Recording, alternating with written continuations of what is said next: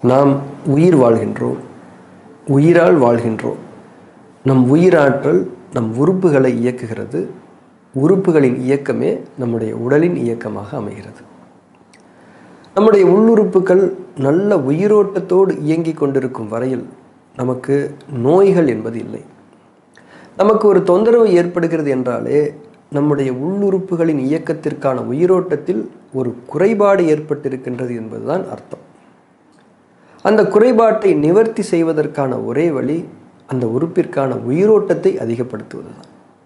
இங்கே நாம் தெளிவாக விளங்கிக் கொள்ள வேண்டியது, உணவுகளை கொண்டேதான் நம்முடைய உறுப்புகளுக்கு உயிரோட்டம் அளிக்க முடியும் என்பதை. உணவல்லாத எந்த ஒன்றும் நம்முடைய உறுப்புகளுக்கு உயிரோட்டம் அளிக்க முடியாது. அதாவது ரசாயன மருந்துகள் நம்முடைய நோய்களை குணப்படுத்த முடியாது.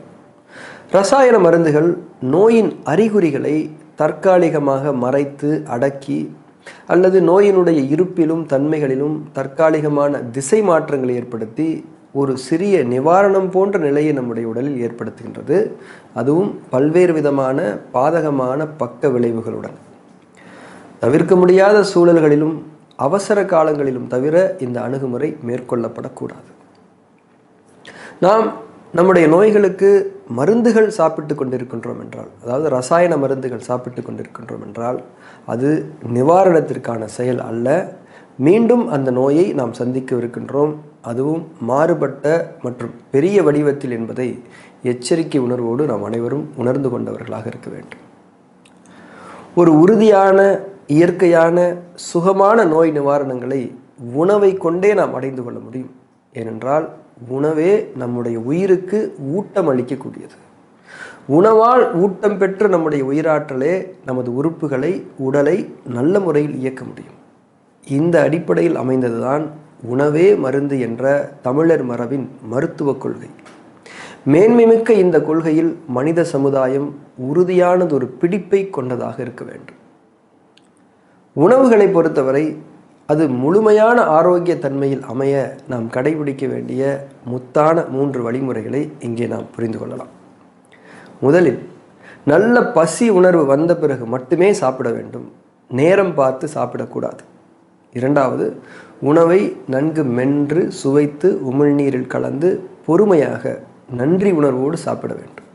மூன்றாவது, உணவின் சுவைகளில், அதாவது சுவைகளின் அளவுகளில் எப்போதுமே மிதமான தன்மைகளை கடைபிடித்துக் கொள்ள வேண்டும். இந்த 3 வழிமுறைகளையும் ஒவ்வொரு வேளை உணவிலும் நாம் உறுதியாக கடைபிடித்து வந்தாலே நாம் சாப்பிடக்கூடிய அந்த உணவே நமக்கு மருந்தாக அமையும். அதாவது ரசாயன மருந்துகள் சாப்பிடக்கூடிய சூழல்கள் நம்முடைய வாழ்வில் ஏற்படவே செய்யாது.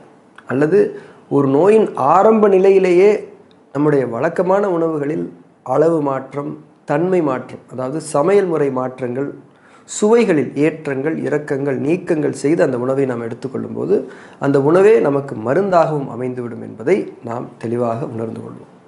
அதுவும் முக்கியமாக இந்த பசி அறிந்து உண்ணுதலை பொறுத்தவரை அதிலும் 3 வழிமுறைகள் இருக்கின்றது. அதை சொல்லி முடித்து விடுகின்றேன். முதலில், நல்ல பசி உணர்வு வந்தால் மட்டுமே சுவைகள் சேர்க்கப்பட்ட சமைத்த உணவுகளை சாப்பிட வேண்டும். பசி உணர்வு அறவே இல்லை என்றால் தண்ணீரை தவிர வேறு எந்த உட்கொள்ளல்களையும் நாம் எடுத்துக்கொள்ளவே கூடாது. சில நேரங்களில் ஒரு குழப்பமான பசி உணர்வு இருக்கும். அதாவது பசிக்கிறது போலவும் இருக்கும், பசிக்காதது போலவும் இருக்கும். அவ்வாறான சூழல்களில் கண்டிப்பாக சுவைகள் சேர்க்கப்பட்ட சமைத்த உணவுகளை சாப்பிடக்கூடாது. அதற்கு பதிலாக பழங்கள் அல்லது திரவ ஆகாரங்களை சிறிதளவு எடுத்துக்கொள்ளலாம். பசியின் ஒழுங்கே உணவின் ஒழுங்கிற்கு அடிப்படை, உணவின் ஒழுங்கே வாழ்வின் ஒழுங்கிற்கு அடிப்படை என்ற சத்தியத்தை நாம் முழுமையாக ஏற்றுக்கொண்டு செயல்படுவோம்.